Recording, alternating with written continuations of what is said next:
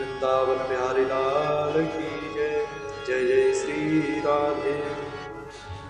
आज हम भक्ति के बारे में बात करते हैं। हमें हृदय से भगवान के श्री चरणों में 8 पुष्प अर्पित करने चाहिए। वो 8 पुष्प कौन से हैं वो हम जानते हैं। आज अग्नि पुराण में लिखा है, अहिंसा प्रथमं पुष्पम अहिंसा। ये कौन सा पुष्प? पहला पुष्प है। हमें किसी भी प्राणी का तन मन दुखी नहीं करना चाहिए और न ही किसी का हमें बुरा सोचना चाहिए, और हमें किसी का समर्थन नहीं करना चाहिए। किस चीज़ में? अगर सामने वाला कोई बुरा कर रहा है किसी के लिए तो उसका हमें समर्थन नहीं करना चाहिए। ये पहला पुष्प हो गया, अहिंसा प्रथमं पुष्पम पुष्पम इंद्रिय विग्रह। दूसरा पुष्प कौन सा है? अपनी इंद्रियों को विग्रह करना, यानी इंद्रियों को मनमानी न करने देना, विषयों की तरफ न दौड़ाना। ये हमारा कौन सा पुष्प होगा? दूसरा पुष्प होगा। अब तीसरा क्या है? सर्वे पुष्पम दया भूते। सभी पर हमें दया कर रखना है, दया भाव रखना है, सभी को समरूप देखना है। वो हमारा तीसरा पुष्प हो गया। और हमें दूसरों का कष्ट समझकर दूसरों का कष्ट जो है वो अपना समझकर हमें उसे दूर करने की कोशिश करनी है। ये हमारा कौन सा पुष्प हो गया? तीसरा पुष्प हो गया। चौथा पुष्प क्या है? शमः पुष्पम सम पुष्प। शम का मतलब होता है अपने मन को बस में करना।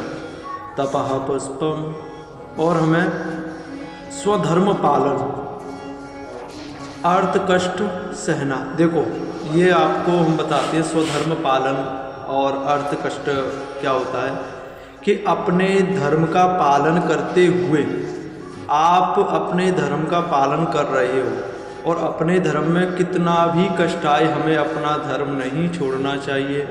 ये हमारा मतलब होता है स्वधर्म पालन। अपने धर्म का पालन करना, चाहे कितना भी कष्ट आए, पर हमें अपना धर्म नहीं छोड़ना है, सम रहना है। तो ये कौन सा पुष्प हो गया हमारा? तपः पुष्पम ध्यानम पुष्पम च सप्तमम। छठा पुष्प क्या था? तपः। और 7वां पुष्प क्या है? ध्यान। हमें एकाग्र चित्त होकर श्री अपने प्रभु का ध्यान करना है। जो भी आपके इष्ट हैं उनको हृदय में बसाकर अपने हृदय कमल में विराजमान करके उनका ध्यान करना है। और 8वां पुष्प क्या है? 8वां पुष्प है सत्यम पुष्पम। सत्य, हमेशा सत्य बोलने की कोशिश करो, किसी से छल कपट नहीं करो। ये जो 8 पुष्प जिस व्यक्ति ने भगवान के चरणों में अर्पित कर दिए तो उसी को भगवान का साक्षात्कार हो सकता है, अन्यथा किसी भी मनुष्य का साक्षात्कार नहीं हो सकता। ये हम दावे से कह रहे हैं। कितना भी आप यज्ञ तप कर लो, और इन 8 पुष्पों में से जो हमने 8 चीज़ बताई हैं, अगर ये आपके अंदर बिल्कुल भी नहीं है, आपके मन में छल कपट है, दूसरों के प्रति द्वेष है, दूसरों को बुरा चाहना है, आप कितना भी यज्ञ हवन कर लो, कितना भी तप कर लो, कितने भी अनुष्ठान कर लो, आपको भगवत प्राप्ति नहीं हो सकती। हाँ, हो सकता है सुख मिल सकता है, कुछ क्षण के लिए सुख हो सकता है, क्योंकि आपने पुण्य कर्म किए तो कुछ क्षण के लिए हो सकता है, लेकिन उससे आपकी भगवत प्राप्ति नहीं हो सकती। तो हमें कुछ पल के लिए हमें सुख का भोग नहीं करना चाहिए, आशा नहीं करनी चाहिए। हमें निस्वार्थ होकर भगवान की भक्ति करनी चाहिए, जब भी मनुष्यों को मोक्ष की प्राप्ति हो सकती है, अन्यथा मोक्ष की प्राप्ति नहीं हो सकती। हो सके तो सबसे ज़्यादा इसमें से दया, सभी को एक समान देखना, ये सबसे बड़ा पुष्प माना है। ये सबसे अच्छा भक्ति का मार्ग बताया कि हमें दया करनी चाहिए, सभी पर एक समान देखना चाहिए। ये नहीं करना चाहिए कि कोई आपसे आगे चल रहा है या कोई पैसे में ज़्यादा है या कुछ ज़्यादा है तो उससे द्वेष कर रहे हो आप, तो ये छल नहीं होना चाहिए मन में, क्योंकि भगवान को स्वच्छ हृदय वाला भक्त चाहिए।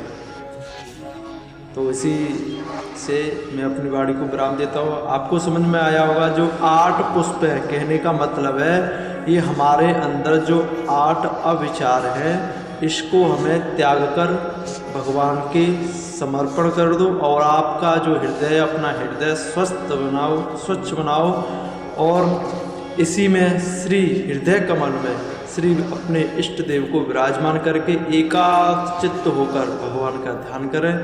यही मोक्ष का द्वार है, यही मोक्ष का कारण है।